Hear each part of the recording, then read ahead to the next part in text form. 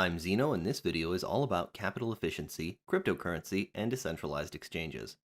Where is the money going and what is it doing? If you have money stuffed under your mattress and it isn't earning some kind of return, that money is not capital efficient. In these videos, I generally try to focus on Bancor and keep comparisons to other protocols at a minimum. I talk plenty about the way Bancor can integrate with projects like Link, The Graph, Synthetics, and Link Pool, but I'm not really ever comparing the projects.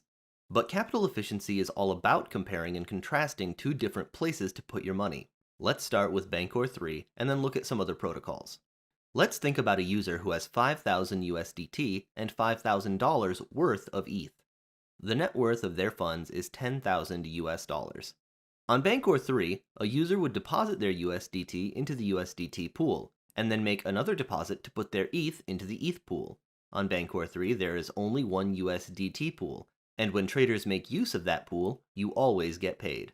And, similarly, on Bancor 3, there is only one ETH pool, and when traders make use of that pool, you always get paid. If you're new to the DeFi space, you might think that this isn't special or interesting at all. I mean, come on, if I deposit my crypto and someone makes a trade using that kind of crypto I deposited, surely my money gets used and I get paid, right? Unfortunately, no. Let's look at the biggest player in the space, for now, Uniswap. There are tons of different pools that have USDT, and even more that have ETH, but Uniswap requires tokens to be deposited according to the old 2017 model, and we only have USDT and ETH, so we find the USDT ETH pool and put our money there. And that means when a trader swaps USDT for ETH, or ETH for USDT, on Uniswap, we get paid. Except, there is actually two separate ETH USDT pools on Uniswap, and it's not entirely clear which one is the best to deposit on. And there's another problem. Traders get good rates depending on how deep the liquidity in the pool is, and when you fracture the liquidity between two pools, traders get worse rates. Now, let's be totally academically honest about this. The liquidity in the ETH USDT pool on Uniswap is $137 million. And that's just in one pool. In the other pool, it's 190 million. And this means that for traders, unless they're making swaps with $10 million at once, it basically doesn't matter to them that the liquidity is split. But for liquidity providers, like our user with 5K in ETH and 5K in USDT, if you're in the wrong pool when that $10 million trade comes in, you get nothing. Absolutely nothing. But it's even worse than that. On Uni v3, you have to choose a range to provide liquidity in, and if the price moves out of that range, you get no trade fees. So there's a scenario in which a user deposits ETH and USDT into the ETH USDT pool on Uniswap version 3, a price change happens, and then they stop getting fees until they spend gas to rearrange their position.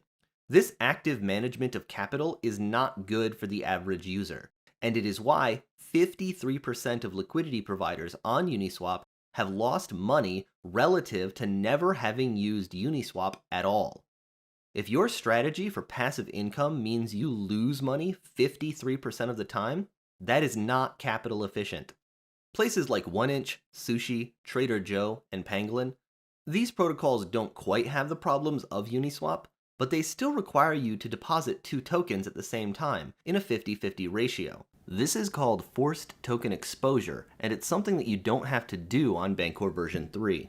On Bancor version 3, you can just deposit the assets you want to deposit. Protocols that use the old model don't always earn swap fees when traders use the types of crypto you deposited. This isn't very common, and it is caused by trade aggregators doing order bundling, but it is still a demerit for these protocols because this kind of thing doesn't happen on Bancor 3.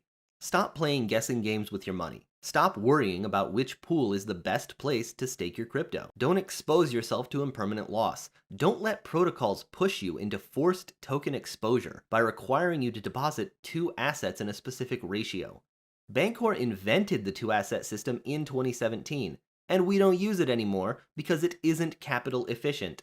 Stake your tokens on Bancor 3 and you will get the best rate, instant impermanent loss protection, and earn fees on every trade that uses your capital.